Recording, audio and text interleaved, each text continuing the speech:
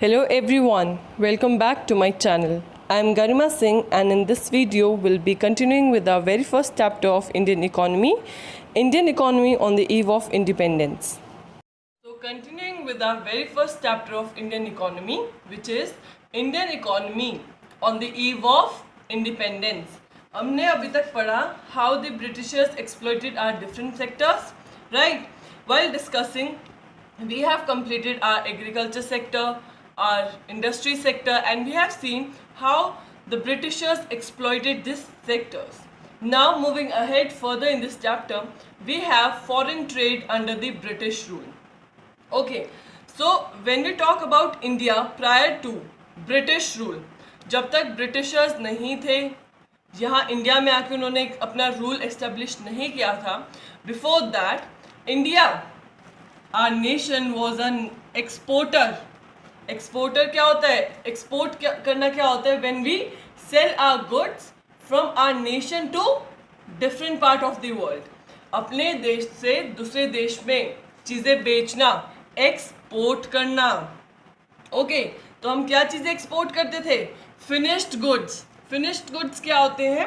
For example the fine cotton clothes, the silk clothes, the iron goods. Okay, तो बने हुए जो directly हमारे यूज में आएंगे, राइट? सो ब्रिटिशर्स से पहले इंडिया क्या था? Exporter of finished goods. So this is important. और हम क्या क्या चीज़ें एक्सपोर्ट करते थे? We use to export fine cotton, silk, textile, iron goods, wooden goods, ivory works, precious stones. Okay, so these were some of the goods that India used to export at that time, right? But when we talk about India under the British rule, so let's see how the things changed here. Britishers के आने के बाद कैसी चीज़ें बदल गई.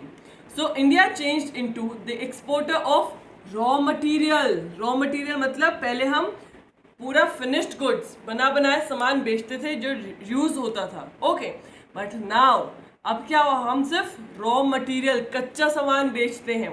And India now became the importer. Importer is what? Importer मतलब दूसरे देश से हम अपने देश में सामान लेके आते हैं, इम्पोर्ट करते हैं. Okay, and India became the importer of finished goods. कहाँ? तो हम पहले फिनिश्ड गुड्स बेचते थे, अब हम फिनिश्ड गुड्स खरीदते हैं. And this was happening under the rule of British. Okay, तो इंडिया कैसे from being an exporter of finished goods changed into the exporter of raw material. जब ब्रिटिशर्स इंडिया में आए, उनकी जो इतनी ज़्यादा डिस्क्रिमिनेटरी टैरिफ पॉलिसी थी, हमने पढ़ा था ना डिस्क्रिमिनेटरी टैरिफ पॉलिसी क्या थी वो? कि जो इंडियन गुड्स हैं, जो हमारे देश से हम बाहर एक्सपोर्ट करते थे, उन पे हेवी ड्यूटीज लग जाती थी. वेयर एज द ब्रिटिशर्स हमारे नेशन से रॉ मटेरियल लेके जाते थे, कोई ड्यूटी नहीं थी. जब वहाँ अपने नेशन से हमारे देश में चीज़ें इंपोर्ट करते थे, विच वर द फिनिश्ड गुड्स, यहाँ भी कोई ड्यूटी नहीं थी. देयरफॉर हमने देखा था ना कैसे इंडस्ट्री और एग्रीकल्चर के अंदर कैसे उन्होंने हमारे दोनों सेक्टर को एक्सप्लॉइट किया था due to this discriminatory tariff policy. Again this is the only reason how India from being the exporter of finished goods change into the exporter of raw material. Okay, so मेरे ख्याल से आपको अभी यहाँ तक इतनी स्टोरी समझ में आई है. अभी हम बात करते हैं particularly about the trade. Trade why? Because here we are talking about export and import. तो अब देखते हैं ट्रेड. ट्रेड में इंडिया ने कैसे किया, और फॉरेन ट्रेड बेसिकली हम देखेंगे. फॉरेन ट्रेड मतलब when we are dealing with the other parts of the nation too, right? So talking about the foreign trade, सबसे पहला पॉइंट क्या दिया है बुक में? इंडिया. ये इंडिया की टर्म से सारे पॉइंट्स है, right? India became the net exporter of primary product and importer of finished goods.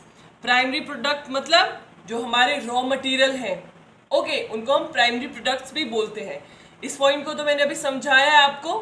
So I hope this is clear, need not to repeat the things again and again. Second point here is the monopoly control of India's foreign trade. Monopoly means mono is one, poly means market. So basically one market control over the India's foreign trade. Now you must be wondering, what is this one market or monopoly control, right? इस बात से आपको ये समझना है that more than 50% of the trade was happening with the Great Britain, जहाँ से Britishers आए हुए थे, right?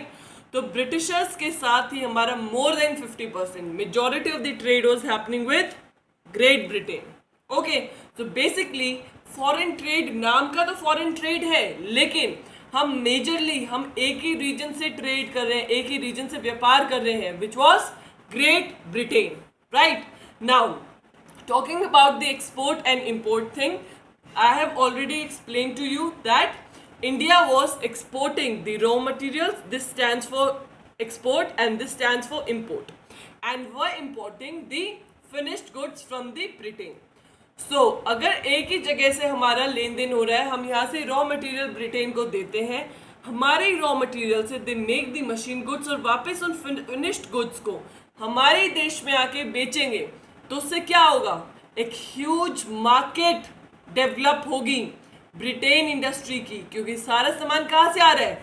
Britain. Therefore second point इससे रिलेटेड है कि इन सब चीज़ से एक्सपोर्ट और इंपोर्ट वाली जो हमने भी पूरी स्टोरी पढ़ी, इस सब चीज़ से क्या हुआ? It led to a huge market in Britain industry. Britain को एक हब मिल गया जहाँ वो अपना सामान बेचेगा, and another hub from where it will take the raw material at a cheaper price, right? Therefore, second point says monopoly control of India's foreign trade. Why monopoly? Because we were majorly dealing with the one market only, and that was Great Britain's market. I hope the second point is clear. Talking more about the trade, the surplus trade was there, but only benefit to the Britishers. भाई surplus trade तो हो रही थी, लेकिन benefit किसको जा रहा था? Only to the Britishers. Now you must be thinking what is this surplus trade. Surplus trade क्या है? जब हम बहुत ज़्यादा ट्रेड कर रहे हैं एंड ट्रेड में हमने बहुत ज़्यादा आउटपुट प्रोड्यूस किया है कि हमारे पास बहुत ज़्यादा प्रॉफिट हो रहा है अभी, ठीक है ना? सो सरप्लस ट्रेड तो थी, मतलब मुनाफे वाली बात थी जिसमें हमें ज़्यादा प्रॉफिट हो सकता. बट ये जो सरप्लस ट्रेड थी, this surplus trade was basically to meet the administrative expenses of the British government in India. जो ब्रिटिशर्स थे, अपनी सरकार चला रहे थे यहाँ इंडिया में, उनको भी तो एक्सपेंसेस लगते थे, उनको भी तो वो सरकार चलाने के लिए पैसे चाहिए थे, इन ऑर्डर टू पे देयर एडमिनिस्ट्रेटिव ऑफिशियल्स, राइट? सो ये जो सरप्लस ट्रेड हो रही थी हमारे नेशन में, basically this was to meet the administrative expenses of the British government. जितने भी ऑफिशियल्स उन्होंने हायर किए हैं, उनको भी तो इनकम जाएगी. तो ये सब जितने भी एक्सपेंसेस आते थे ब्रिटिश गवर्नमेंट को, they used to take the money out of this surplus trade. तभी हमारा ये जो हेडिंग है, इट सेज कि सरप्लस ट्रेड तो था, but this is the keyword here, only benefit to the Britishers. Indians का कोई भला नहीं हो रहा था यहाँ. एंड अगर कुछ ऐसा होगा, सिर्फ ब्रिटिशर्स को ही फायदा हो रहा है, what about the Indian population? So we have noticed during this period that there was a huge drain of wealth. Huge drain of wealth मतलब हमारे यहाँ से बहुत ज़्यादा पैसा बाहर ले जाया गया. ओके, अगर ब्रिटिशर्स ना होते, this wealth of our nation was to be used for the upgradation or the welfare of the Indian population. But here the wealth was used basically for the Britishers only. तो इससे हमारे बहुत ज़्यादा पैसा बाहर चला गया, ड्रेन आउट हो गया, देश से बाहर जाने लगा. और अगर जो वेल्थ है वो ड्रेन आउट होगी, then it will lead to the condition of poverty and backwardness, गरीबी. तभी बहुत ज़्यादा पॉवर्टी हो गई थी, तभी हम बहुत ज़्यादा बैकवर्ड कंट्री कहलाए थे, right? Therefore this was the scenario about the trade, how the foreign trade was happening under the British rule. I hope all the 3 points are clear to you all. Then next we have the demographic profile during the British rule. Demographic profile क्या होती है? It is basically studying the population and analyzing how the population is there, right? So अब हम बात करेंगे demographic profile of India during the British rule. So जब हम बात करते हैं, there are various key factors that we talk about. Some are birth rate, death rate, the infant mortality rate, the literacy rate and many more that we'll be discussing here. Okay, जब हम demographic profile की बात करते हैं तो इन सब factors की बात करते हैं. Now coming to the very first point here, the birth rate and the death rate. Birth rate as the name only suggests, per year कितने birth हो रहे थे. Okay, and death rate मतलब कितनी death हो रही थी. So talking about the birth rate and the death rate, both these factors were very very high. बहुत ज़्यादा थे. Birth rate भी बहुत ज़्यादा population बढ़ रही थी और on the other hand death rate भी बहुत ज़्यादा थे, उतने ही लोग मर रहे थे. Birth rate was around 48% and death rate was around 40%. Okay, so मैं जब बोलती हूँ very very high birth rate and death rate, मतलब this signifies the state of massive poverty. वे बहुत ज़्यादा गरीबी है कि लोग कितने लोग तो पैदा हो रहे हैं और उतने ही लोग मर रहे हैं हर साल. तो दिस मीन्स कि हमारे यहाँ बहुत ज़्यादा गरीबी है. We do not have a better quality of life. अगर अच्छी क्वालिटी ऑफ लाइफ जी रहे होते तो डेथ रेट इतनी नहीं होती, राइट? सो जब बोलते हैं birth rate and death rate are both the factors very very high, it signifies the state of massive poverty. भी बहुत ज़्यादा गरीबी है, right? Now coming to this second point. Next is infant mortality rate. Infant mortality rate क्या है? It is the death rate of children below 1 year. Below 1 year is the key word here. Below 1 year of age, 1 साल के होने से पहले कोई भी बच्चा अगर मर जाए, that is called the infant mortality rate. And talking about the infant mortality rate at that time under the British rule, it was, कितनी infant mortality थी हमारी, कितने बच्चे per 1000 मर रहे थे उस time? It was 218 per 1000 infants were dying per year, right? So as you can see again, this infant mortality rate is very very high. बहुत ज़्यादा रेट है. If we talk about the present time, it is 35 per 1000. Imagine how big this number was, 218. Okay, so this was again a very high number. So talking about this very high, what does it signify? क्या दर्शाता है ये? That in India we had a poor health care. हमारी health facilities बहुत बेकार थी, बहुत ही खस्ता हालत में थी. And also we had extreme poverty. बहुत ज़्यादा गरीबी थी देश के अंदर. ना तो हेल्थ केयर अच्छी है, ना लोगों के पास कुछ खाने को है या उनके पास पैसे हैं. Therefore, this thing very high signifies a poor healthcare system in the nation and also the state of extreme poverty.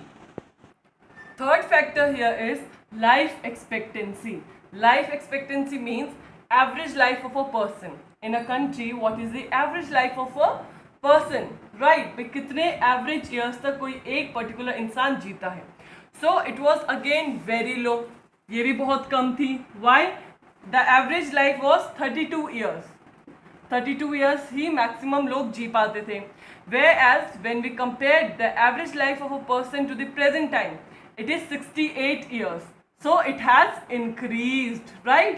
पहले कहा 32 years थी, अब 68 years है. It means अगर average life of a person बहुत कम है in a nation, it means the nation do not have a proper healthcare facilities. I hope you understand. And healthcare facilities नहीं है. क्यों नहीं है? Because people or the nation, it is a backward nation, right? So life expectancy under the British rule here in India was again low. The next factor is literacy rate. Literacy rate means the number of people who can read as well as write is defined as the literacy rate. And this factor was again very low, which was around 16%. सिर्फ 16% literacy rate था हमारे nation में, which signifies the backwardness along with that economic backwardness. मतलब लोग बहुत पिछड़े हुए थे, उनको पढ़ाई लिखाई नहीं आती थी, पढ़े लिखे नहीं थे। ओके, इससे तो पता चलता है वो बैकवर्ड थे। And also economic backwardness, why? क्योंकि उनके पास इतने पैसे नहीं थे कि वो स्कूल भेजे अपने बच्चों को। So it signifies that India was a backward plus an economically backward nation. Another important point given here in this paragraph is the female literacy rate. What was the female literacy rate? It was only 7%, which signifies that the society was a gender biased. Female को, women को इतनी ज़्यादा opportunities नहीं मिलती थी ताकि वो पढ़ लिख सकें. That is why the female literacy rate was only 7%. Signifying that the society was a gender biased society. Next we have the demographic transition. Demographic transition मतलब कब major change आएगा population के अंदर, right? So this is again one mark, a very important one mark question and a very probable question that can come in your exam. Which year is defined or marked as the year of Great Divide? Great Divide का meaning समझेंगे. अभी तक आपको सिर्फ एक fact learn करना है that year of 1921 is marked as the year of Great Divide. Okay, now let's understand the story behind this. क्या कहानी है? जब हम बात करते हैं 1921 से पहले, prior to 1921, पॉपुलेशन कभी भी कंसिस्टेंट नहीं थी इंडिया में. कंसिस्टेंट मतलब कभी तो पॉपुलेशन ज़्यादा हो जाती थी, कभी पॉपुलेशन कम हो जाती थी. ओके, कभी राइज हो रही है, कभी डिक्लाइन हो रही है. लेकिन after 1921 what happened? The population rise became consistent. Consistently population was only increasing. पहले तो इंक्रीज हो रही है, कभी डिक्रीज हो रही है, लेकिन after 1921 population was consistently rising. Okay, and the population never declined in India after 1921. इसका मतलब है कि इससे पहले डेमोग्राफिक ट्रांजिशन कैसे हुआ? 1921 से पहले कभी पॉपुलेशन इंक्रीज हो रही है, कभी डिक्रीज हो रही है, लेकिन when this year of great divide came 1921, इसके बाद कभी भी पॉपुलेशन डिक्लाइन नहीं हुई. It consistently राइज्ड. ओके, सिर्फ बढ़ी है. Now talking about the rising population, अगर बहुत ज़्यादा पॉपुलेशन होगी तो क्या होगा? बर्डन, बहुत ज़्यादा बर्डन पड़ेगा उनकी मेंटेनेंस के लिए. अब ज़्यादा लोग हैं, ज़्यादा लोगों को मेंटेनेंस प्रोवाइड करनी है तो ज़्यादा इन्वेस्टमेंट चाहिएगी, इन्वेस्टमेंट भी ज़्यादा चाहिए. और इन्वेस्टमेंट अगर मेंटेनेंस में ज़्यादा लगेगी तो क्या वहाँ ग्रोथ हो पाएगी? ग्रोथ ओरिएंटेड अप्रोच नहीं रहेगा, क्योंकि अभी तो हम सिर्फ पॉपुलेशन को ही मेंटेन करने के लिए हम इन्वेस्ट कर रहे हैं, राइट? और ग्रोथ नहीं होगी तो क्या होगी हमारी इकोनॉमी? Backward plus stagnant. आपको आया बात समझ में कि क्यों India was a backward plus a stagnant economy? इसके अलावा अगर मैं एक और ईयर की बात करूं which is the year of 1951. 1951 के बाद क्या हुआ? 1951 के बाद there is one point only, you just need to listen to it. 1951 के बाद इंडिया में जो पॉपुलेशन थी वहाँ यहाँ इंडिया में पॉपुलेशन एक्सप्लोजन हुआ. पॉपुलेशन एक्सप्लोजन मतलब यहाँ कंट्री में बहुत ज़्यादा पॉपुलेशन इंक्रीज होनी शुरू हो गई. यहाँ तो कंसिस्टेंटली राइज हो रही थी 1921 में, बट 51 में क्या हुआ? एक्सप्लोजन होगा. एक्सप्लोजन क्या होता है? तब बहुत ज़्यादा पॉपुलेशन बढ़ने लगेगी. And this is the reason why India is the second most populous country of the world. And अगर अब ये न्यू सेंसस होगा देन हमें पता चलेगा कि इंडिया रैंक 1 पे भी आ सकता है, राइट? आ चुका है. सो पॉपुलेशन इंक्रीज आपको पता चला कि क्यों हुआ? 1921 के बाद कंसिस्टेंटली राइज हो रहा था और 1951 के बाद डायरेक्ट एक्सप्लोजन होता है पॉपुलेशन का, और जिसकी वजह से आज हम most populous country of the world कहलाए जाते हैं. Now let's talk about the occupational structure in the nation during the British rule. Okay, भाई ऑक्यूपेशनल स्ट्रक्चर से आप क्या समझते हैं? That how was the working population divided into various other sectors? Okay, भाई कौन से sector? As we all know, we have three major sectors like primary, secondary and tertiary. When we talk about the eve of independence time, right? So working population कैसे divided थी इन तीनों sectors के अंदर? So basically, when we talk about the occupational structure of India at the eve of independence time, 72.7% of the population was engaged in the primary sector, whereas 10% population was there in secondary and 17.2% of population was there in the tertiary sector. Now, from the above table or the data you are seeing right now on your screen, what you can figure it out? You can figure out that agriculture was the principal source of occupation. सबसे major source of employment या occupation कहाँ सबसे ज्यादा working population engage थी? In the sector of agriculture, which is basically a primary sector. When I say primary sector के अंदर क्या कुछ आता है? Agriculture, agricultural labours, forestry, fishery, animal husbandry, plantation, mining, all of these activities comes under the primary sector. I hope this point is clear to you. Let's understand the second point now. Talking about the secondary sector, which include the small and the large scale industry, the building construction, basically the industrial sector, right? 1% of the population was present in the secondary sector. Therefore, you get to know that industry was an insignificant source. मतलब ज़्यादा population यहाँ काम करना पसंद नहीं करती थी, इस occupation में आना पसंद नहीं करती थी. And further, we can note down that there was an unbalanced growth. What do you understand by unbalanced?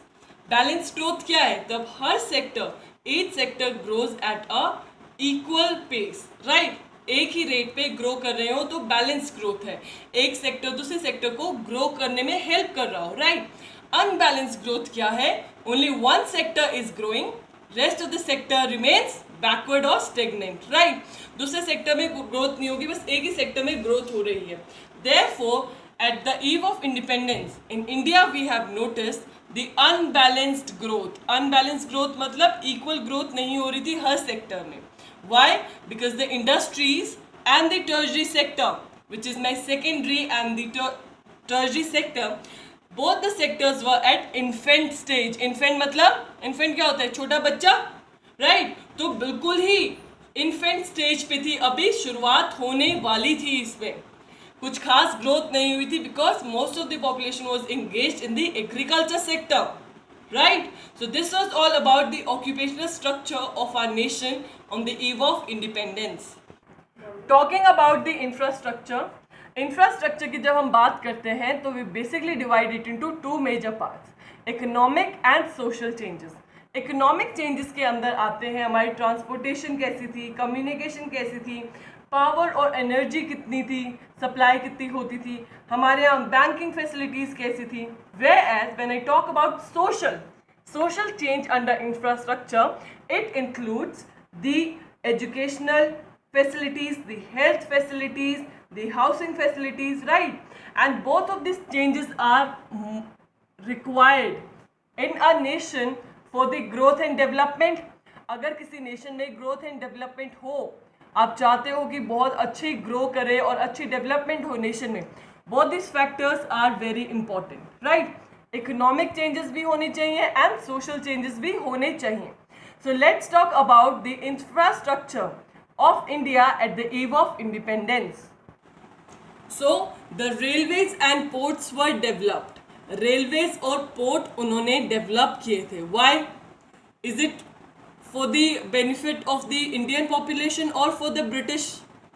Obviously it was for the benefit of the Britishers only, right? क्यों? क्योंकि रेलवेज और ports होंगे तो easy रहेगा उनको export और import करने में, राइट? अपने देश ले जाने में और वहाँ से फिनिश्ड गुड्स को वापस इंडिया लाने में, राइट? तो railways and ports were developed. Also they developed the post and the telegraph. Post और टेलीग्राफ्स क्यों? ताकि वो अपनी पूरा ट्रैक रख सके कहाँ क्या कुछ हो रहा है, right. They could send the messages to the different parts, right. एक जगह से दूसरी जगह पे वो मैसेज पास कर सकें. And thirdly, also the roads were developed. Basically, the transportation system was developed by the Britishers here in India. Now you must be thinking कि infrastructure के अंदर Britishers only took the economic changes. Economic changes मतलब transportation, communication, right? ये सब चीज़ें उन्होंने develop की. And why they developed all of this economic changes here? Because they were basically exporting and importing goods with our nation, right. तो अपने फायदे के लिए उन्होंने सिर्फ इकोनॉमिक चेंजेस किए and they totally ignored the social changes like the housing, the education, the health facilities, right. तो आपको पता चला होगा कि जो ब्रिटिशर्स है they only focused on the economic change which indirectly was for their benefit only, right. So the last topic of this chapter is, was there any positive impact of British rule? As we all know, every coin has two sides, okay, like head and tail. So everything has some positive as well as a negative impact. So answer for this question is obviously yes. Though the Britishers were working for their own selfish motive here in our nation, but indirectly they have led some of the positive things into our nation. Wondering what was the positive impact of the British rule? Let's discuss each one of them now. Number one was the commercial outlook of the farmers. Earlier in India, farmers कौन सी तरह की farming practice करते थे? It was the subsistence farming. Subsistence farming क्या होती है? जहाँ farmer basically जो बेसिक रिक्वायर्ड क्रॉप्स है उनको उगाता है so that he could fulfil the need of the family. लेकिन ब्रिटिशर्स तब इंडिया में आए थे, they introduce several commercial crops like T, coffee, Indigo. So farmers को पता चला कि कमर्शियल आउटलुक, कमर्शियल फार्मिंग भी हो सकती है जिससे उनको ज़्यादा फायदा होगा. Okay, therefore number one positive impact of British rule is the commercial outlook of the farmers. Okay, so the outlook changed from the subsistence farming to the commercial farming. I hope the first point is clear. Second is new opportunities of employment. अब आप सोच रहे होगे new opportunity of employment how? Remember the Britishers introduced the railways, developed the road system, developed the ports, developed the telegraphs. Okay, अभी जो हमने पढ़ा था इन सब चीज़ों से क्या हुआ? एम्प्लॉयमेंट जनरेट हुई. रेलवे में लोगों को पता चला कि काम की ज़रूरत है, लोगों को लेबर रिक्वायर की गई.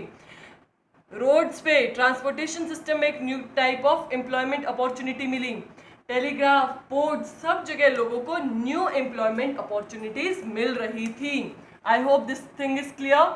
Now third point here is the control of famine. Famine मतलब जब कभी भी कोई कहीं भी फूड ग्रेन्स की कमी पड़ जाती थी, भुखमरी आती थी, फेमाइंस आ जाते थे. Till now all the roads, the transportation, communication system was developed by Britishers. Therefore it became easier for the Indian government to control the famine. जहाँ भी फेमाइन आती थी वहाँ वो फूड ग्रेन्स भिजवा देते थे. Okay, therefore it was now easier for the government to control the famine. Next is they also introduced the monetary system of exchange. Britishers तब आए तो उन्होंने मॉनेटरी सिस्टम, काम के बदले पैसा देना, थिंग्स के बदले पैसे में चीज़ें खरीदना और लेन देन करना, तो मॉनेटरी सिस्टम उन्होंने इंट्रोड्यूस किया. Now talking about India before the British rule, we were following the barter exchange, सामान के बदले सामान, बट उनके रहते हमने मॉनेटरी एक्सचेंज ऑफ सिस्टम को अपनाया और समझा how it actually works. And lastly we the efficient system of administration. हम जब ब्रिटिश रूल के अंडर थे, ब्रिटिश रूल के अंदर हमने देखा कि ब्रिटिश एडमिनिस्ट्रेशन कितने अच्छे से फंक्शन करती है, how efficient the administration was. Therefore we have also learn the efficient system of administration from the British rule. So guys, that was it for the very first chapter.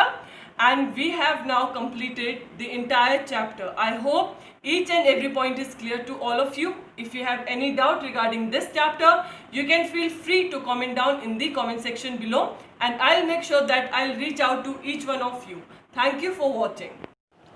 Thank you for watching Economics Window by Garima Singh, and I promise that I'll post the new lectures regarding the class 12th economics very soon. Also guys, if you liked my video, then do not hesitate to press in the thumbs up icon, and also like, share and subscribe to my channel and help us grow each day.